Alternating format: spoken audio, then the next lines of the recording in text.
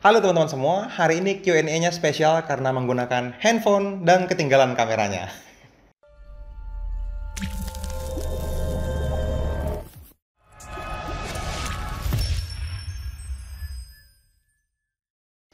Halo teman-teman semua, ketemu lagi dengan saya Fadli, masih di channelnya Nusantara FS Community. Seperti biasa, tempatnya para trader Nusantara teredukasi.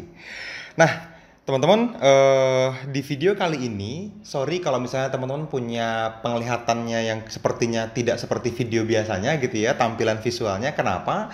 Karena saya menggunakan kamera handphone. Jadi Mas Iwan menggunakan handphone ini untuk merekam videonya, dan untuk kualitas audio yang lebih bagus, lihat tuh.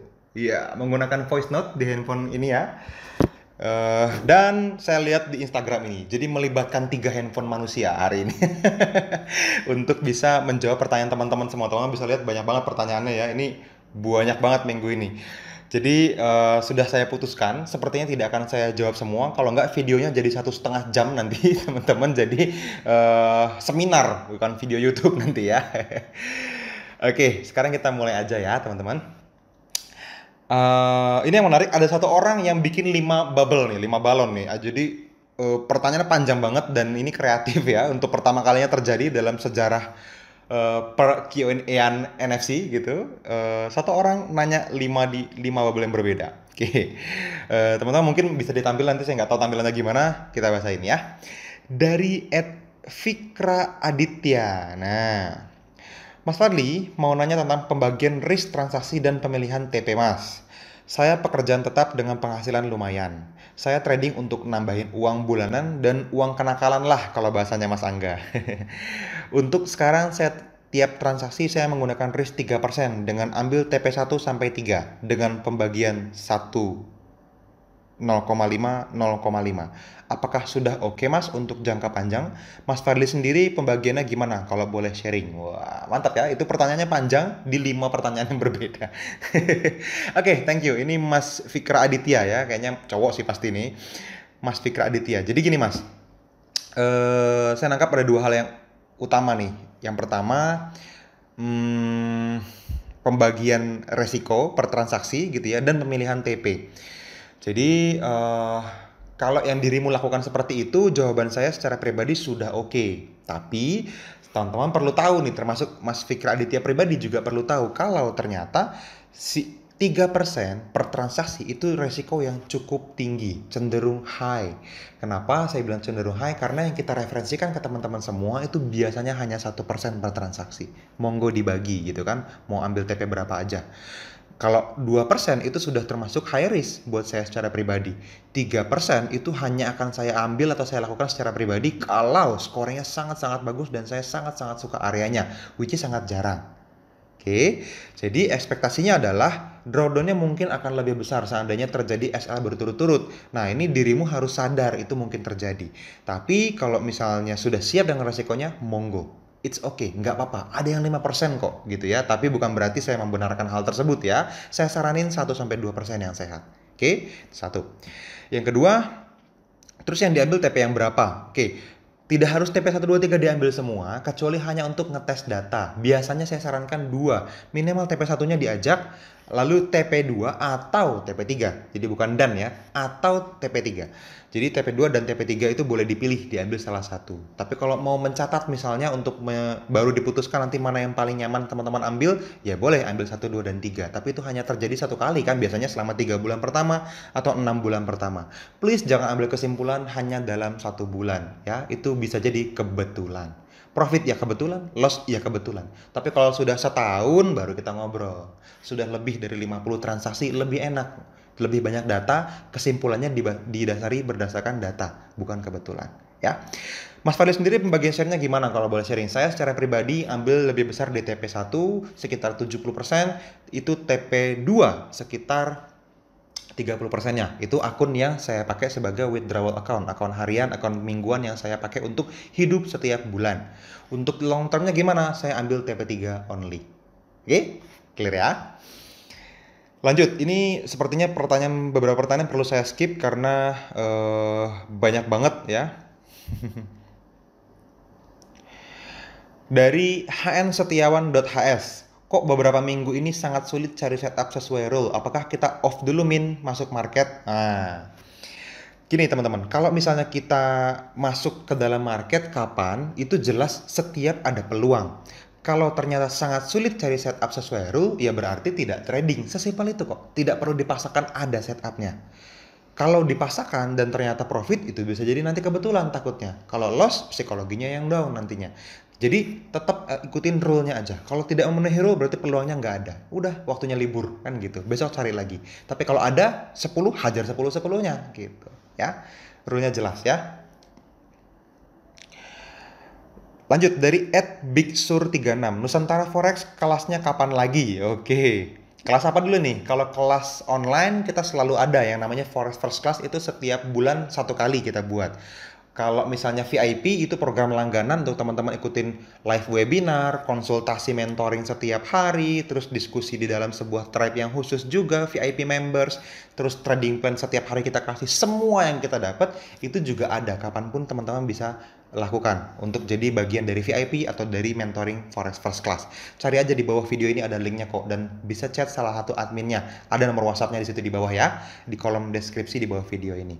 Tapi kalau pertemuan offline, nah sekarang saya announce sama teman-teman semua, mulai bulan depan September 2020 ya. Mudah-mudahan teman-teman tonton sebelum September nih ya. Teman-teman bisa luangkan waktu di tanggal 5 September kita akan bikin di Jakarta. Kotanya fix, tanggalnya fix, waktunya jelas fix, dari pagi sampai malam, full day seminar, full board malah kalau di hotel disebutnya. Jadi ini benar-benar bukan seminar preview, full kita akan kasih dagingnya semua dan tanya jawab habis-habisan di sana.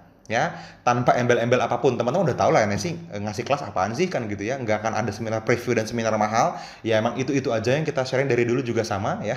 Tanya sama semua alumni yang sudah ribuan seminar offline kita seperti apa. Ditungguin sampai akhir, nggak ada ini ya, nggak ada promo robot atau promo seminar mahal dan lain-lain, enggak, itu adalah dagingnya karena harganya terlalu murah. Kadang-kadang orang mikir jangan-jangan ini preview, enggak, ini kita kasih semuanya ya. Kita cuma pengen ketemu aja sama teman-teman semua, teman-teman ya, cover expense teman-teman pribadi lah. Teman-teman makan siang di sana, dapat coffee break di sana, dikasih ruangan yang bagus, yang nyaman. Kita pengen yang bagus memang, makanya memang tidak bisa terlalu murah ya. Nanti infonya minggu depan lah ya. Mudah-mudahan teman-teman sudah bisa tonton YouTube-nya. Ada seminar ya. Cari aja judul YouTube terbaru yang judulnya seminar. Nah, kalau teman-teman sudah ngelihatnya beberapa hari yang setelah video ini upload, bisa jadi sudah rilis info seminar kita. Oke. Dari @ervan_maruf07, Mas tolong dijelasin tentang macam-macam tren dong, makasih. Ya, tren itu ya cuma satu definisinya, saat lagi bergerak cepat harganya. Lalu kalau lagi bergerak lambat itu berarti tidak trending, kita tidak trading gitu. Kalau tidak trading, wis nggak kusut ya ngomongnya. Jadi tren itu ya cuma tren up sama tren down aja, bullish sama bearish aja, nggak ada lagi yang lain jenis-jenis trennya, macam-macam trennya itu apa. Hanya saja cara menemukan trennya, memutuskan sekarang lagi tren apa itu harus jelas. Ada dua cara yang paling simpel yang biasa kita ajarkan. Teman-teman gunakan EMA 200. Exponential Moving Average ya, toolsnya atau indikatornya periode 200 candle ke belakang. Teman-teman lihat, pasang di chart. Teman-teman lihat, kalau chart terakhir itu di atas EMA 200 berarti kita cari buy. Itu uptrend. Kalau di bawah EMA 200 berarti downtrend gitu ya. Jadi sangat jelas. Itu yang pertama. Atau bisa juga teman-teman menggunakan yang namanya auto climate. Itu bisa memberikan info lebih bagus lagi. Apa tuh Mas? Selain mutusin ini lagi up atau lagi down, teman-teman bisa tahu apakah masih akan terus up atau masih akan terus down atau sudah mau habis. Jadi jangan nge-buy atau nge-sell gitu. Itu auto climate namanya. Gimana Mas cara dapetin auto climate? Di semua kelas kita kasih sebagai bonus. Kalau teman-teman pengen tahu, pengen tanya gimana cara dapetin auto climate juga bisa. Teman-teman tinggal chat aja tuh tadi ya, WA salah satu admin di bawah video ini ya. Oke, lanjut. Ada beberapa pertanyaan yang teknis saya nggak bisa bacakan karena harus buka chart, jadi saya skip dulu dan juga memang menghemat waktu ya. Dari @noel_sila, wajarkah trading plan H1 nggak kepanggil seminggu? Oke, kalau nggak kepanggil seminggu wajar. wajar. Selama dia tidak meninggalkan area terlalu jauh. H1 itu kan areanya biasanya 30 pips, 50 pips rata-rata gitu ya. Ya bisa kurang bisa lebih sih, tapi nggak akan jauh dari itu. Nah, kalau misalnya dia nih areanya ditinggalin semakin jauh dan terlalu jauh, itu harus di-cancel teman-teman semua. Tapi ada masanya di mana dia tidak ninggalin terlalu jauh, tapi sampai seminggu. Itu masih di hold, boleh kok, nggak apa-apa. Nggak jadi masalah. Jadi jawabannya yes, wajar selama masih jadi area yang valid. Bisa nggak valid gimana Mas? Misalnya EMA 200-nya sudah nyebrang area. Jadi sudah areanya di bawah EMA 200 kan berarti ketika harga balik dia sudah jadi sell trennya, nggak bisa nge-buy lagi. Nah, itu buy limitnya harus di-delete. Itu aja simpel. Oke? Oke. Dari @agus_sugianto putra. Assalamualaikum. Waalaikumsalam. Apakah penggunaan time frame berkaitan dengan strategi yang digunakan, swing atau scalping? Yes, ada. Jawabannya ada banget pengaruhnya. Kalau time frame-nya lebih rendah, biasanya orang yang menginginkan transaksinya lebih cepat ke field, lebih banyak jumlah transaksinya, lebih suka lebih banyak waktu di depan laptop, dan lebih pengen punya banyak contoh kasus misalnya. Biasanya dia keluar masuk di market dari OP menuju ke SL atau TP itu dalam waktu yang lebih singkat, biasanya di time frame M15. Itu sebagai scalper. Tapi kalau swinger misalnya gitu ya, atau long term investor misalnya, itu biasanya trading di time frame yang lebih besar, jelas ada hubungannya. Makanya saya bilang, kalau time frame-nya H4 itu biasanya lebih jarang ke field-nya, sebulan cuma beberapa kali. Kalau misalnya M15 sehari bisa beberapa kali, jadi sangat jauh perbedaannya ya. Kalau di H4 itu biasanya orang lebih suka nginep beberapa hari nggak apa-apa. Nunggu seminggu sekali trading nggak apa-apa gitu ya. Atau sebulan cuma 5-10 kali transaksi maksimal nggak apa-apa. Biasanya lebih sibuk orangnya, nggak suka lama-lama di depan chart, itu juga boleh. Tapi kalau teman-teman di awal, teman-teman perlu define sendiri. Teman-teman perlu cari tipe ke teman-teman itu apa dengan cara hajar dulu aja semua time frame. Nanti yang ini nggak nyaman kayaknya kurangin. Yang ini suka ditambahin gitu caranya. Oke, saya rasa itu aja dulu. Banyak banget masih, panjang banget nih. Dan mungkin bisa kita jawab lagi nanti by story kali ya, atau nanti menggunakan video-video khusus di dalam YouTube kita di edukasi berikutnya. Jadi di Q&A kali ini saya rasa cukup, itu aja, sudah lumayan panjang. Thank you buat teman-teman yang tiap minggu terus nanya di dalam Instagram kita. Dengan rilisnya video ini berarti teman-teman sudah boleh nanya lagi tuh di dalam Instagram kalau teman-teman nontonnya videonya di hari pertama.